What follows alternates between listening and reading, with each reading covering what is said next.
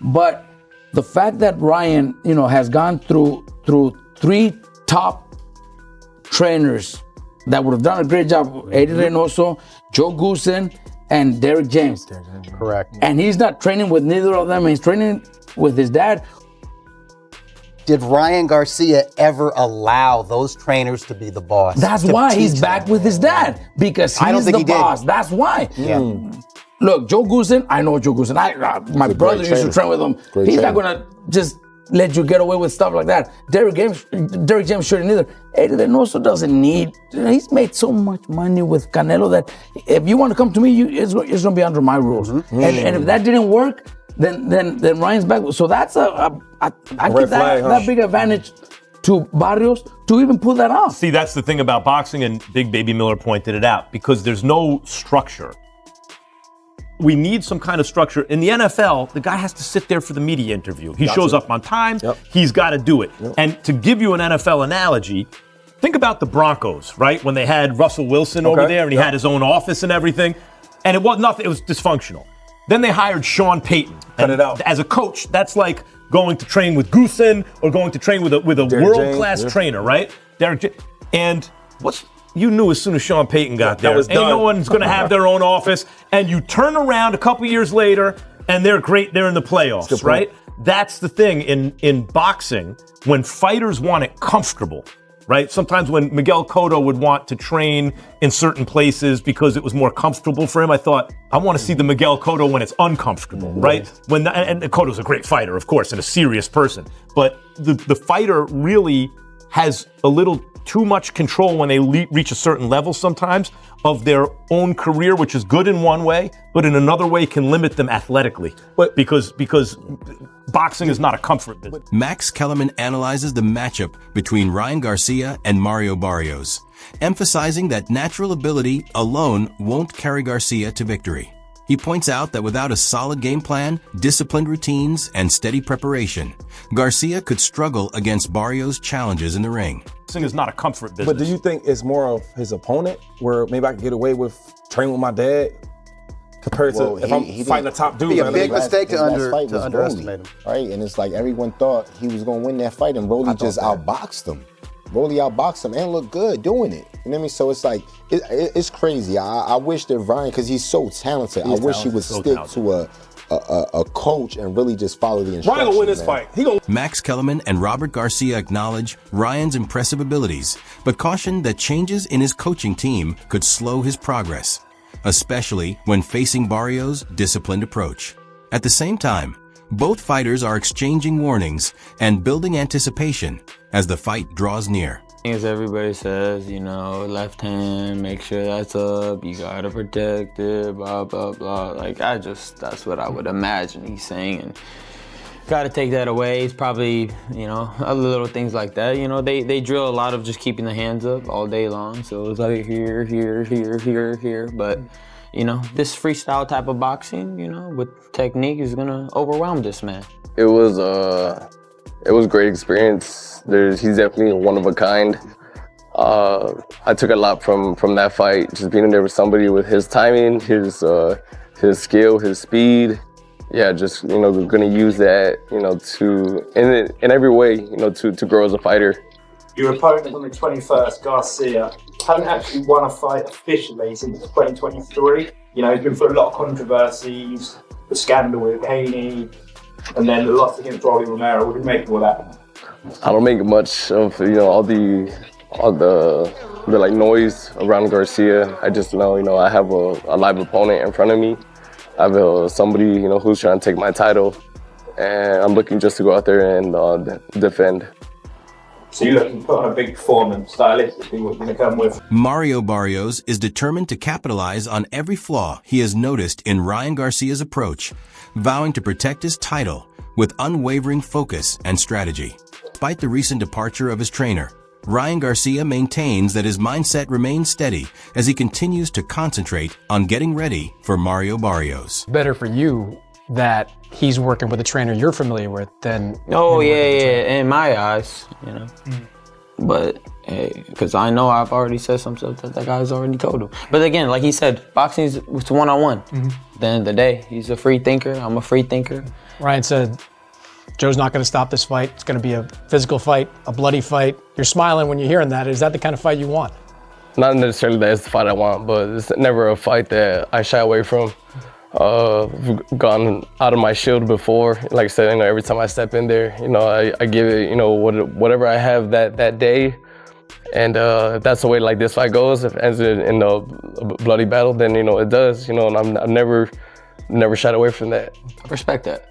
I honestly do. I do see that in him. He definitely gives everything he got in that ring. And it's dope. Inside Ryan Garcia's training camp in Los Angeles, viewers witness rigorous workouts, precise combinations, and concentrated drills that highlight the fighter's dedicated preparation.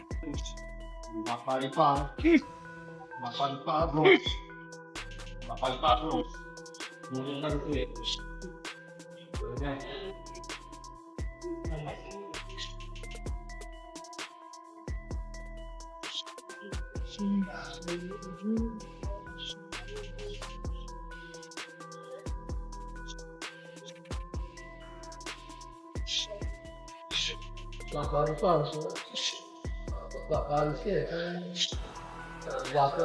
3. Lock up top 3. Lock up top 3-2. Yeah. One time. Like this. Ryan Garcia unleashes powerful strikes on the punching bag as he pushes through a high-intensity training session.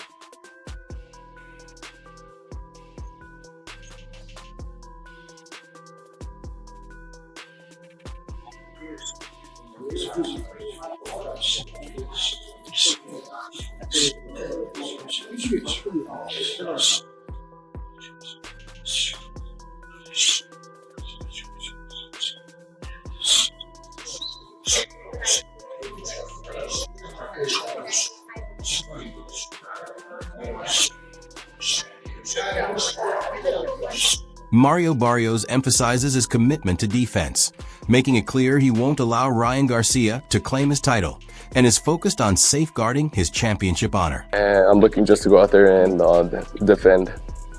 So you look to put on a big performance, stylistically, what you're going to come with? Garcia, he's explosive, he's dangerous, and but I think on a boxing level, there's no like competing with us. I think I'm the better fighter. You just said you're the better fighter. You just put more on the line with your title or his credibility. Wade Plemons highlights the impact of the southpaw stance, explaining how it influences a fighter's strategy in the ring. He admires seeing Ryan Garcia's thoughtful, analytical approach, the side of him that studies opponents thoroughly ahead of major fights. Wade points out that Ryan has been reviewing matches against fighters like Keith Thurman and Abel Ramos to prepare for Mario Barrios, noting that both bouts challenge him significantly. He raises the question of how Ryan's freestyle boxing style will incorporate the lessons from those fights to take on Barrios, who is widely regarded as one of the most dangerous finishers in the sport. Both tough nights for Mario Barrios, but I'm interested to see what Ryan takes away from those fights. What can Ryan and his style, that kind of freestyle boxing he says he does, what can he implement from either of those guys to beat Barrios? One of the best finishers in boxing. Like, I know you didn't finish Devin Haney, but you had him drowned. I saved him. I should have knocked him. I just didn't have the conditioning. I think it still bothers you, huh? Yes, because I should have knocked him out in that 11th, man. I was playing around too much. Yeah. And I was like, ha, ha, like, bro. Man. But next time, that next time, buddy, there we go again. You won't have a next time. I'm finishing you. You will never box again if we fight again, and you know that. And I have vowed to that. If we fight again, you will never box again. I promise you that. Gee, this is what I'm saying, bro. We need this fight. I've said it so many times. Ryan looks back on his previous encounter with Devin Haney, admitting that while he managed to drop Haney during the bout, he didn't secure the finish due to stamina limitations. he reflects on the 11th round, acknowledging that he held back and got a little too playful in the ring, and vows that next time he will be completely focused. Wade responds with intensity, cautioning that if a rematch happens, Ryan could face a decisive outcome that might end his career. He underscores the significance of the fight, describing it as potentially one of the biggest matchups in the United States. Both men recognize the enormous stakes, leaving the conversation charged with anticipation as the fight draws near, just 9 days away. And someone's against him, when people think he'll lose, when it's a different challenge to him, even though the Rolly fight was a huge challenge. It was a world title shot, right? But you think back through Ryan's career and the fights where he performs better. Oscar Duarte fight, he thought Oscar De La Hoya and all of Golden Boy was against him. Obviously, the Devin Haney fight, no one thought he'd win. The Luke Campbell fight, Luke was an Olympian, so that was a big deal as well. The Devontae Davis fight, he just lost. I mean, yes, the weight cut, whatever, but Ryan lost. But the mentality of Ryan, that's the thing that's so all over the place from time to time that you just don't know what Ryan you're going to get. I don't know what Ryan we're going to get in the Mario Barrios fight. He's saying all the right stuff. He's trained hard, right? He's acting like this is the one, but mentally is it, right? Because he kind of said the right stuff. He was a little quieter last time with the Rolly fight, but he said the right stuff, and it's hard to know, dude. It is, because another thing you worry about, I keep looking at this picture of Ryan, and I'm seeing Mario Barrios speaks about Ryan Garcia with respect, praising his speed, power, and self-assurance in the ring. He points out that Ryan has experienced a turbulent stretch in his recent fights, mentioning the lackluster loss to Roy Romero alongside the impressive win over Devin Haney. Barrios also acknowledges external distractions like the testing controversy, which may have taken a mental toll on Garcia. Despite the ups and downs, Barrios expresses genuine goodwill toward his opponent. Look at Ryan as an opponent. Obviously, I'll put respect on the speed, the power, the confidence, and all that, but it's been a weird stretch for him in the ring, to be fair. The lifeless loss to Rolly Romero, the spectacular victory over Devin Haney, but obviously the drug test, everything that went on around that mentally, and certainly at the end of the day, we wish Ryan well. How do you sort of gauge where he's at as a fighter entering this fight? It's hard to say really, where exactly, he's at, but I just had to prepare as if, I have a focused Ryan in front of me, as they're saying. And yeah, just, everything else kind of just is just background noise, But to look at Ryan's, at his best performances, when he has looked extraordinary. When questioned about Ryan Garcia's current form, Mario Barrios admits that it's challenging to pinpoint exactly where he stands as a fighter. He explains that his training is built around facing Ryan at his absolute best, approaching every drill and strategy session as if the most formidable version of Garcia will step into the ring. Barrios considers all other factors, the controversies, media stories, and distractions, as mere background noise that won't influence his preparation. He stresses that he is ready for any scenario. If Ryan is performing at his peak, Barrios knows he must elevate his game to match it. If Ryan comes in below his best, the responsibility lies with him. His approach remains strictly professional and disciplined, centered on skill, strategy, and executing the fight itself. He's a character to be around. But no, the move to go be with Joe was gonna happen, whether this fight with Ryan was made or not. I was definitely, just after the pocket fight looking at what steps I wanted to make, moving forward, to just, continue to just grow as a fighter, to just continue to just, work on, I guess, yeah, just to work on myself and, get back to some of the things that has, that got me this far in the first place. Earlier in my career, I was definitely, a lot more aggressive. I had a much higher punch output, and so my team sat down and were like, why not change the scenery? Tim Bradley breaks down Ryan Garcia's approach against Mario Barrios, emphasizing the importance of timing and accuracy.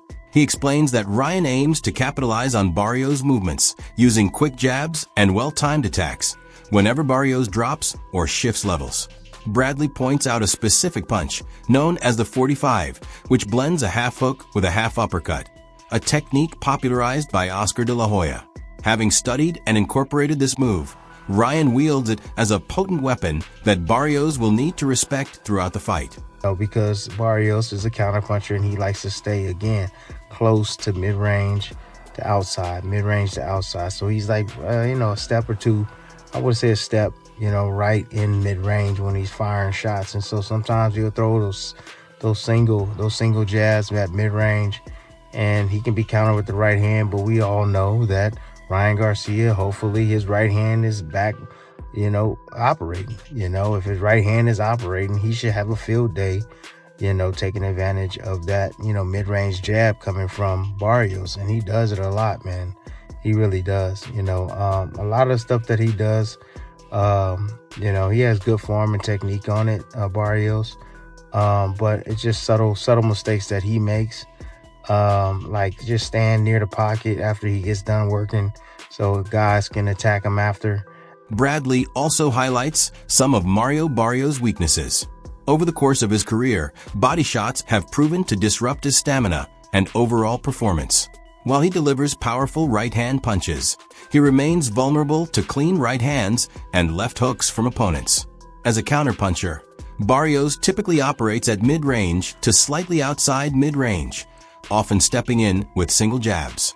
Although these jabs are effective, they can create openings that Ryan Garcia could exploit, particularly if his right hand is sharp. Bradley stresses that Ryan's speed, timing, and accuracy make him a formidable threat in this matchup.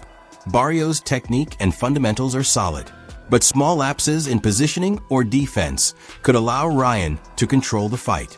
Ultimately, Bradley frames this bout as a clash defined by timing, skill, and strategic execution, with Ryan's refined abilities posing a serious challenge to Barrios. He swells quickly, man. Yeah, he gets damaged really easily. You touch him, he starts to bruise up immediately, starts to swell up immediately. So I think Ryan having those heavy hands, I think that can be an issue in the fight as well. Those eyes will start swelling, that nose will start swelling up. I've seen, eyes and nose swell up on Barrios, man. And, he looked like, real bad, the Elephant Man, after fight. So I think that's something that we got to take into consideration as well. I think, again, let's go back to the trainer. I think it's going to favor Barrios, the fact that he knows that his trainer knows Garcia. It's going to favor him. He's going to know, the approach, on how to get to Ryan Garcia. He's seen him in spot. Chris Algieri examines what Ryan Garcia contributes to the sport, highlighting his star power and widespread appeal.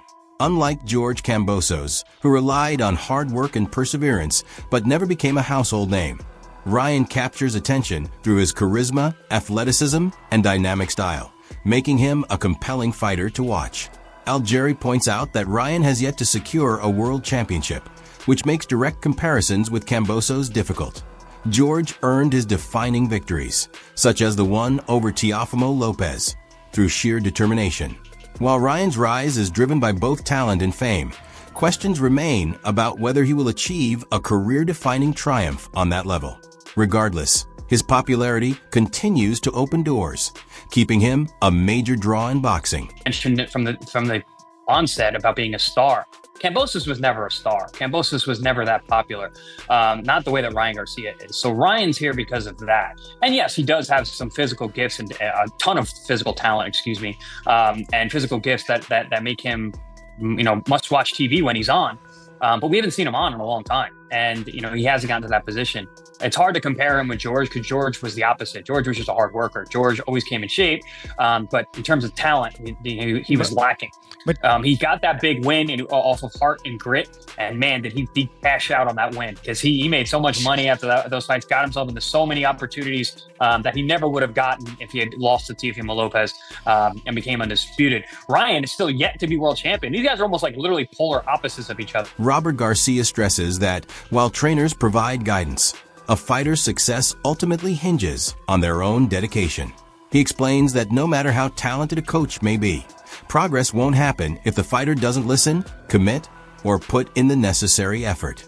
Garcia notes that top-tier fighters, like Ryan Garcia, often take on the role of decision-maker in their camps, surrounded by trainers and staff who may largely agree with them. In this scenario, the fighter becomes the authority, which can make it difficult to improve technique or maintain discipline. He emphasizes that even the most skilled trainer can't overcome this if the fighter isn't receptive to direction. To illustrate, Garcia references Todd Marinovich, the Southern California quarterback whose exceptional talent was overshadowed by personal and external pressures. The key takeaway is that a fighter's environment, including family, friends, and personal life, has a major impact on their performance in the ring. Look, every trainer is going to do his best to try to correct that and try to get Ryan to do it, but at the end, it's going to be Ryan himself. You know, it's his things going on in his world, his family, his friends, himself with all those, personal problems. At the end, there's nothing a trainer could do if the fighter doesn't respond, if the fighter doesn't listen, if the fighter doesn't do it. And most of the times when fighters are that big, like Ryan is, they're the bosses. They call the shots, and the trainers, everybody around them are just the yes men. And that's a problem. That's a problem. And we can't fix that with nobody. You could be the best trainer in the world, but if you got a boss, as a fighter, then and you're a yes man, there's nothing you could do. Ain't nobody gonna fix. That wraps up today's video. Be sure to stay connected for what's coming next.